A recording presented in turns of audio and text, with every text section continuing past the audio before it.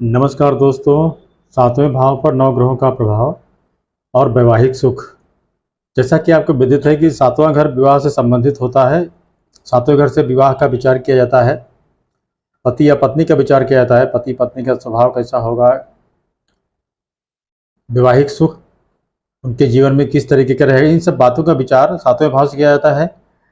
इस बारे में मैं और बताना चाहूँगा कि सातवां भाव जो होता है, यहाँ पे ग्रहों की स्थिति हो या ग्रहों का दृष्टि, दोनों महत्वपूर्ण होते हैं। ग्रहों की स्थिति से हट के आज हम यहाँ पे ग्रहों का जो प्रभाव होगा सातवें भाव पर, जो ग्रहों की दृष्टि पड़ेगी उसका क्या प्रभाव हो सकता है, इस बारे में आज हम बात करेंगे। और जितना प्रभाव ग्रहों की यहाँ पे स्थिति होने से होता है, ग्रह जो स्थित होते हैं जितना प्रभाव वो डालते हैं उतना ही प्रभाव ग्रहों की जो दृष्टि होती है सातवें भाव पे वो डालते हैं। यहाँ हमने एक चार्ट बनाया हुआ उदाहरण के लिए। यहाँ पे जो पहला भाव लग्न भाव होता है, सातवां भाव ये है, और दूसरे भाव भी जो हमने यहाँ पे लिखे हुए हैं, जहाँ से सातवें भाव पे जो दृष्टि पड़ेगी जिन जिन ग्रहों की, उसके बारे में यहाँ पे हमने लिखा हुआ है। ये 9 ग्रह जो होते हैं वो यहाँ पे हमने लग्न में लिखे हुए हैं। Sun, moon, Mars, Mercury, Jupiter, Venus, Saturn, Rahu, Ketu. तो ये सभी ग्रह जो है सातवें दृष्टि इनकी होती है और सातवें भाव पे दृष्टि डालेंगे। कहने का मतलब ये हुआ कि अगर इनमें से कोई भी एक ग्रह या सभी ग्रह तो संभव नहीं है, जो भी ग्रह यहाँ बैठते हैं तो सभी ग्रह सातवीं दृष्टि अपनी सातवें भाव पे डालते हैं। तो इसी तरीके से यहाँ पे हमने लिखा भी है कि कौन कौन से ग्रह की कितनी दृष्टियाँ होती हैं।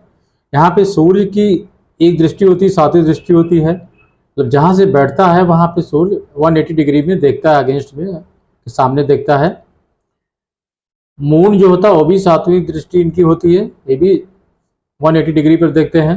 मरकरी की भी सातवीं दृष्टि होती है, ये भी 180 डिग्री पर देखते हैं। इसी तरह से वीनस या शुक्र भी सातवीं दृष्टि इनकी होती है, ये भी 180 डिग्री पर देखते हैं। इन 4 ग्रहों की एक दृष्टियां होती, बाकी जो प्लैनेट्स हैं उनकी दृष्टियां अलग अलग इसमें हमने मैं लिखा हूँ। जुपिटर की जो है 5वें घर पे देखते हैं। यहाँ अगर जुपिटर बैठेंगे तो 5वें घर को देखेंगे, 7वें को देखेंगे या 9वें को देखेंगे। मतलब जहाँ पे बैठते हैं वो, कहीं भी बैठते हैं वो, वहाँ से 5वें, 7वें और 9वें घर को देखते हैं। उनको 3 दृष्टियाँ मिली हुई हैं। इसी तरीके से शनि को भी 3 दृष्टियाँ मिली हुई हैं, लेकिन इनकी दृष्टियाँ जो होती हैं तीसरी दृष्टि से देखते हैं। जहाँ बैठते हैं वहाँ तीसरी दृष्टि देखते हैं, 7वीं दृष्टि से देखते हैं और 10वीं दृष्टि देखते हैं। 3 दृष्टि इनको मिली हुई है और 3rd, 7th और 10th हाउस को देखते हैं जहाँ ये बैठते हैं। इसी प्रकार से मार्स को भी 3 दृष्टियां मिली हुई हैं। ये जहाँ बैठते हैं वहाँ से 4था, 7वां और 8वें घर को देखते हैं।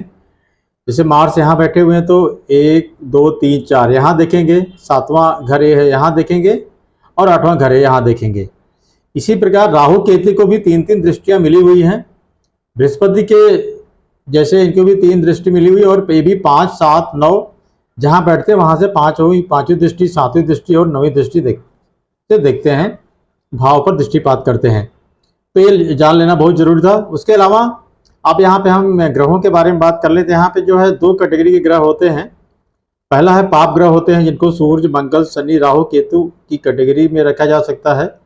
पाप ग्रह कैटेगरी में ग्रह आएंगे। दूसरा जो श्रेणी होती है वो शुभ ग्रहों की होती है, जिसमें चंद्रमा, बृहस्पति, शुक्र और बुध रखे जाते हैं। यहाँ पे ये बताना जरूरी होगा कि जो चंद्रमा जो होते हैं वो पक्ष बली होना चाहिए उनको, और वैक्सिंग मतलब उनकी स्थिति जो है, अगर वो कहीं वेनिंग मून, मतलब वो वैक्सिंग मून होना चाहिए, वेनिंग मून नहीं होना चाहिए, पक्ष बली होना चाहिए, तब जो है वो शुभ फल देंगे। अदरवाइज अगर वेनिंग मून है या पाप प्रभाव में है तो वो पाप फल देंगे, ये देखना चाहिए। अब बुध के बारे में कहा जा सकता है, बुध जहाँ बैठते हैं, अकेले बैठेंगे तो शुभ फल देते हैं। अगर इनके साथ में मैलेफिक कोई बैठता है तो ये बुरा फल देंगे, पाप प्रभाव में पाप फल देंगे, पापी ग्रह की तरह ट्रीट करेंगे, व्यवहार करेंगे। और अगर शुभ ग्रह के साथ बैठते हैं तो शुभ फल देंगे। तो इस तरह से 2 कैटेगरी जो है प्लैनेट्स की है, पाप ग्रह और शुभ ग्रह, ये हमने यहाँ पे लिख दिया है। उसके अलावा इसमें जो है सूर्य, शनि और राहु, ये सेपरेटिव पृथकतावादी भी ग्रह इनको बोला जाता है। जहाँ पे जिस जगह बैठते हैं या देखते हैं उसके कारकत्वों से व्यक्ति को अलग करते हैं, इसको ये मानना चाहिए। तो सातवें घर पे हम अब यहाँ पे ग्रहों की जो दृष्टि है उसके बारे में, कौन सा ग्रह दृष्टि देगा तो क्या फल मिलेगा वैवाहिक जीवन में, वैवाहिक में सुख में किस तरह का जो है अच्छा या बुरा साबित होगा, उस बारे में हम यहाँ पे बात करेंगे। तो सबसे पहले सूर्य से हम शुरू करते हैं। सूर्य जो है एक हॉट प्लैनेट होता है, गर्म ग्रह होता है, और जहाँ बैठता है वो सातवें दृष्टि पड़ती है। सूर्य अगर यहाँ बैठेंगे तभी सातवें भाव को देख पाएंगे, अन्य भाव में बैठकर वो सातवें भाव को नहीं देख पाएंगे। तो यहाँ पे अगर सूर्य होंगे तो सातवें भाव पे क्या प्रभाव पड़ेगा, इसके बारे में ये कहा जा सकता है कि यहाँ ये गर्म ग्रह होते हैं तो ये वैवाहिक जीवन के बारे में इनका रिजल्ट अच्छा नहीं रहेगा। हो सकता है पति या पत्नी से आपको अलग होना पड़े, वैवाहिक सुखों में कमी आ सकती है, या व्यक्ति का जो है यौन या काम वासना में रुचि ना हो, और उसका उस पर जो है उसके शत्रु का जो है प्रभाव काफ़ी पड़ेगा, शत्रु से कहीं ना कहीं पीड़ित रहे, क्योंकि यहाँ सूर्य जो है उनकी सातवीं जो राशि होती है तुला राशि, यहाँ पे सूर्य नीच के होते हैं। इसी प्रकार से उस ऐसे व्यक्ति का जो है कम्प्लेक्शन कलर जो है पीला हो सकता है, पेल हो सकता है। तो इस तरीके का सूर्य का यहाँ प्रभाव बहुत अच्छा नहीं कह सकते हैं अगर सूर्य यहाँ पे सातवें घर को देखते हैं। अब दूसरा मून की बात करें, मून एक शार्प प्लैनेट होता है, शुभ ग्रह होते हैं मून। अगर यहाँ पे देखें मून जो होता है सुंदरता का भी कारक होता है, तो आपका जो होने वाला पति या पत्नी सुंदर हो सकता है, उसका बहुत अच्छे मैनर हो सकते हैं उसके अंदर, और चंचलता भी रहेगी, बॉडी से भी अच्छा रहेगा जो है, और एक दूसरे की नुक्ताचीनी करने वाली बात कहते हैं कि कहें तो वो फॉल्ट फाइंडिंग नेचर का होगा, और उसका व्यवहार हो सकता है उतना अच्छा ना हो अगर मून का यहाँ पे सातवां भाव में उनकी दृष्टि पड़ रही तो। इसी तरीके से अगर हम अगला सन मून के बाद जो है मंगल मार्स की बात करें, मार्स अगर यहाँ बैठते हैं और यहाँ बैठते हैं तब जो है वो दो जगह अगर उनकी प्लेसमेंट होगी तो वो देखेंगे। तो यहाँ पे मार्स की सातवीं दृष्टि पड़ेगी या चौथी दृष्टि पड़ेगी। मार्स की दृष्टि, मार्स एक मेलेफिक प्लैनेट होते हैं, इनकी दृष्टि खासकर वैवाहिक जो भाव होते हैं वहां पे बैठने पर या उस पर प्रभाव डालने पर इनकी दृष्टि कतई अच्छी नहीं मानी जाती। यहाँ तक कि ये सातवें घर पे अगर इनका प्रभाव पड़ता है तो ये तलाक की स्थितियां निर्मित करते हैं, पति या पत्नी की डेथ भी हो सकती है अगर ज़्यादा पीड़ित है सातवां भाव, या मंगल भी पीड़ित हैं तो डेथ भी हो सकती है पति या पत्नी की। उसके अलावा बहुत तरह की बीमारियां जैसे किडनी से संबंधित बीमारियां हो सकती हैं, विवाद हो सकता है पति पत्नी में, और व्यक्ति को अननेसेसरी में अनावश्यक रूप से जो है ट्रेवल करना पड़ सकता है। तो कहीं ना कहीं मंगल की स्थिति यहाँ पे अगर वो उनकी दृष्टि पड़ती है तो वैवाहिक जीवन के लिए शुभ नहीं है। इसलिए चौथे भाव में यहाँ पे मंगल अगर होते हैं तो व्यक्ति को जातक या जातिका को मंगली भी कहा जाता है। उसके अलावा यहाँ पे मार्स अगर यहाँ भी रहते हैं 12वें भाव में, वो भी तब भी 8वीं दृष्टि से देखते हैं तो यहाँ भी मंगल की स्थिति जो होती है मंगली कहा जाता है व्यक्ति को, अगर यहाँ पे मंगल हैं तो। कहीं ना कहीं 7वें भाव पे मंगल का प्रभाव या 8वें भाव पे भी, इन दोनों भावों पे मंगल का प्रभाव होने पर जातक को बहुत ज़्यादा मंगली कहा जाता है। सेवियर मतलब सेवियर मांगलिक दोष की बात करें तो बोला जाता है। अब मंगल के बाद जो है हम मरकरी की बात करें, मरकरी एक जो है शुभ ग्रह होते हैं, एक युवा ग्रह होते हैं, हंसमुख फिकल माइंडेड मरकरी भी होते हैं, और उनके तरुण अवस्था के ग्रह होते हैं। ऐसा व्यक्ति अगर जिसके 7वें घर में मरकरी की दृष्टि पड़ रही है तो वैवाहिक जीवन में सुख मिलेगा उसको, इसमें कोई संदेह नहीं, क्योंकि मरकरी हंसमुख और तरुण ग्रह होते हैं। इनको राजकुमार भी बोला जाता है ज्योतिष शास्त्र में। तो व्यक्ति जिसके दृष्टि पड़ रही तो उसका स्पाउस जो होगा सुंदर होगा, बुद्धिमान, क्योंकि मरकरी जो है बुद्धिमत्ता को भी प्रदर्शित करते हैं। तो आपका स्पाउस बुद्धिमान भी हो सकता है, सुंदर होगा, और उसके पास में धन की कमी नहीं रहेगी, ऐसा मानना चाहिए। तो ये रहा यहाँ पे बुध की दृष्टि का असर। अब हम यहाँ पे जुपिटर की स्थिति का के बारे में बात करें। जुपिटर गुरु जो है वो सबसे शुभ ग्रह कुंडली में गुरु को माना जाता है। गुरु महिलाओं के कुंडली में पति के कारक होते हैं, सुख के कारक भी, सुख का जो के भी कारक माने जाते हैं, क्योंकि यहाँ पे चौथे भाव में उच्च के होते हैं तो धन के कारक माने जाते हैं। तो बृहस्पति की स्थिति कहीं ना कहीं अगर सातवें भाव पड़ती है तो प्रत्येक तरह से वो वैवाहिक जीवन में शुभता लाएगी और व्यक्ति का जो है एक हैप्पी मैरिड लाइफ के बारे में बात कर सकते हैं कि वो व्यक्ति का जीवन, वैवाहिक जीवन बहुत ही सुखमय होगा।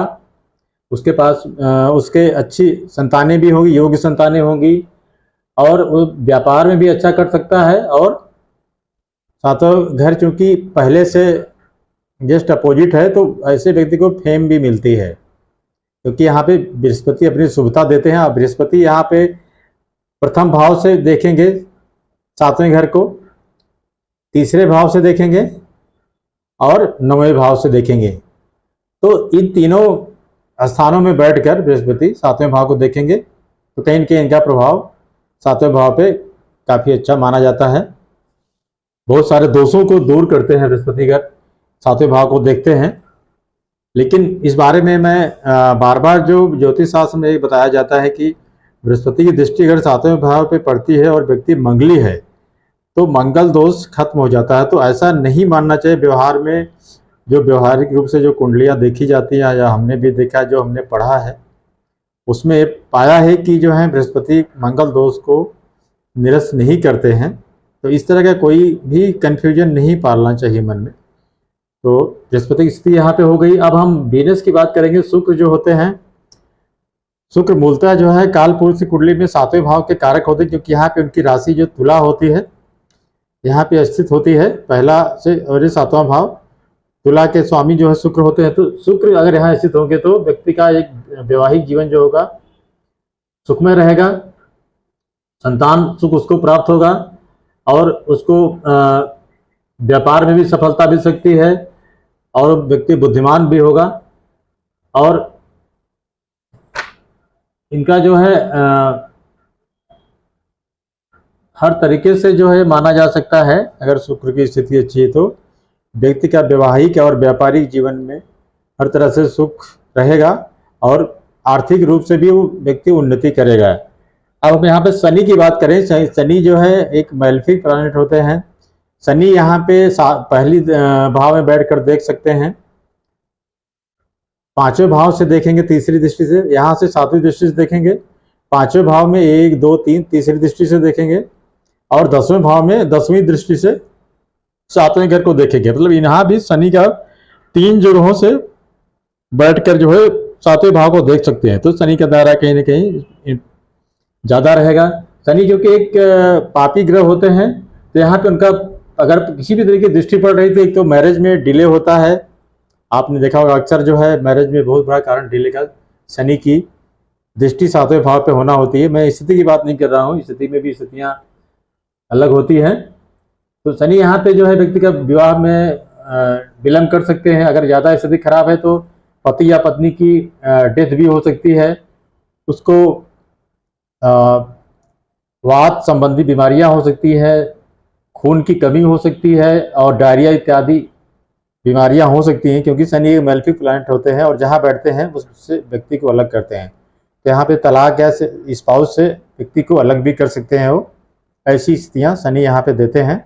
अगर वो खराब स्थिति में है तो कुछ भाव में, कुछ लग्नों में बहुत अच्छा फल भी दे सकते हैं वो, जहाँ पर खासकर कारक होते हैं, जैसे तुला लग्न हो गया या वृषभ लग्न हो गया, वहाँ पे कारक होते हैं।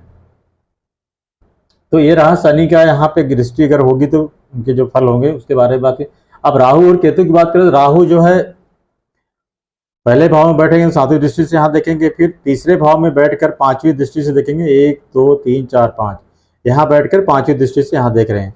इसी तरीके से अगर 11वें भाव में रहते हैं राहु तो 7 1 2 3 4 5 6 7 8 9 9वीं दृष्टि से जो है सातवें भाव को देखेंगे। तो राहु जो होते हैं एक मैलेफिक प्लैनेट होते हैं और वो व्यक्ति को जो है बहुत ही जिद्दी और अपनी दशा में खास करके विशेष तौर से पति या पत्नी से अलगाव भी पैदा कर सकते हैं, तलाक भी हो सकता है या किसी वजह से जो है मृत्यु भी हो सकती है पति या पत्नी की। तो कुल मिला के राहु की दृष्टि सातवें भाव पे अच्छी नहीं मानी जाती है, ऐसा हमेशा इसका विचार करना चाहिए। और व्यक्ति को भ्रमित भी करते हैं, वैवाहिक संबंधों में व्यक्ति को जो है दायरे से बाहर जाता है, वो जा सकता है, जो उसके लिए जो दायरा निर्धारित होता है विवाह के आधार पर, उसके बाहर भी जा सकता है। इसी तरीके से केतु भी एक जो है पाप ग्रह होते हैं। केतु की दृष्टि भी जो है अलगाव को पैदा करती है। कहीं कहीं केतु जो होते हैं सेपरेशन देते हैं, डिटैचमेंट देते हैं उस भाव से। तो केतु अगर यहाँ पे उनकी दृष्टि होगी तो व्यक्ति को, स्पाउस को वैवाहिक संबंधों में दूरी बनाते हैं, या कहीं वैवाहिक संबंधों में उसकी रुचि नहीं रहती है। ऐसे लोगों को अक्सर ऐसा देखा गया है। तो केतु यहाँ लग्न से देखेंगे सातवें भाव को, तीसरे भाव से देखेंगे सातवें भाव के, तीसरे भाव से पांचवी दृष्टि से देखेंगे लग्न से सातवीं दृष्टि से, और 11वें भाव से 9वीं दृष्टि से लग्न को देखेंगे। इस तरीके से राहु केतु का भी यहाँ पे प्रभाव अच्छा नहीं है। मोटे तौर पे हम ये मान लें कि यहाँ पे अगर सूर्य मंगल शनि राहु केतु का प्रभाव पड़ रहा है, दृष्टि पड़ रही, तो निश्चित तौर पे वैवाहिक जीवन में समस्याएं आएंगी। और चंद्र बृहस्पति शुक्र और बुध की दृष्टि यहाँ पे पड़ रही है, तो वो शुभ फलदायी होगा, ऐसा मानना चाहिए मोटे तौर पे। और मैं जो भी यहाँ पर हमने बताया है, इसको आंख मूंद कर ही नहीं इस पे मान लेना चाहिए कि यहाँ पे अगर बृहस्पति की दृष्टि पड़ रही तो सब कुछ ठीक ही रहेगा। दूसरे ग्रहों का भी अलाइनमेंट जो होता है, उनका, उनकी दृष्टि या ओनरशिप या उनका कितना अफ्लिक्शन है, उसको भी देखना चाहिए। क्योंकि ज्योतिष में केवल एक फार्मूला या एक पॉइंट से जो है किसी भी तरह का फाइनल कंक्लूजन नहीं निकालना चाहिए। ये मैं बार बार कहता हूँ, ज्योतिष शास्त्र एक अपने आप में अथाह सागर है, और फल कथन करने के पूर्व जो है इन सब चीज़ों का विचार करना चाहिए। तो उम्मीद है ये वीडियो आपको अच्छा लगा होगा। मेरा चैनल आपको कैसा लगता है, मेरे चैनल को लाइक करें, मेरे चैनल को सब्सक्राइब करें, और उसको शेयर करें अपने दोस्तों में, और मेरे वीडियोज को अधिक से अधिक देखें।